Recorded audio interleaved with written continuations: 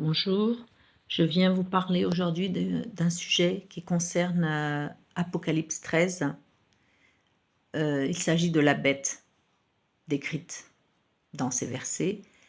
Et donc, comme j'ai cette faveur qui m'a été accordée par Dieu depuis 2016, où je vous en ai déjà parlé dans le message qui s'appelle « Le Saint-Esprit m'a dicté 4 livres », oui, je peux poser des questions au Saint-Esprit et il me répond. Donc, j'ai posé la question concernant la bête et j'ai demandé au Seigneur exactement, voilà, excusez-moi parce que j'ai tout noté, j'ai posé la question, Seigneur, veux-tu m'expliquer, s'il te plaît, à quoi correspond le passage dans Apocalypse 13, versets 4, 5, 6 et la suite. Donc je vais vous le lire, je vais vous lire un passage de la Bible, une partie, puisque je vous conseille vivement de lire le reste. Donc voilà, Apocalypse 13, verset 5. Qui est semblable à la bête? Qui peut la combattre? La bête fut autorisée à prononcer des paroles arrogantes et insultantes pour Dieu. Elle reçut le pouvoir d'agir pendant 42 mois. Elle se mit à dire du mal de Dieu, à insulter son nom et le lieu où il réside, ainsi que tous ceux qui demeurent dans le ciel.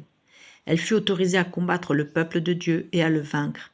Elle reçut le pouvoir sur toute tribu, tout peuple, toute langue et toute nation. Et je vous invite vivement à lire la suite.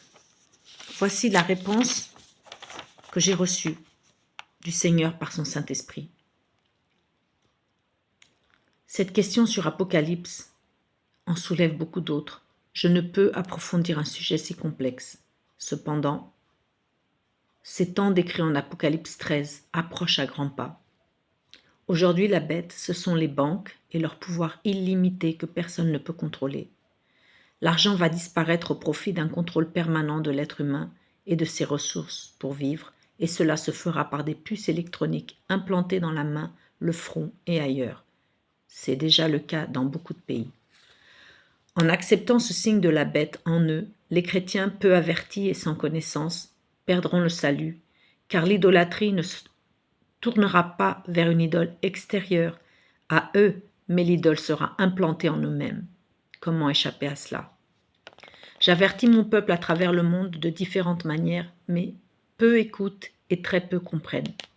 Tu as acheté des terres, ma fille, comme je te l'avais demandé il y a quelques années, et c'est la seule solution pour échapper à l'implant de ces puces électroniques qui permettront d'acheter et vendre. Le produit de la terre permet de survivre, de manger, d'échanger des produits indispensables à la vie, d'avoir des bêtes. Quasiment personne, voire personne, ne t'a écouté quand tu as averti d'autres chrétiens. De même, beaucoup d'autres à qui j'avais révélé cela.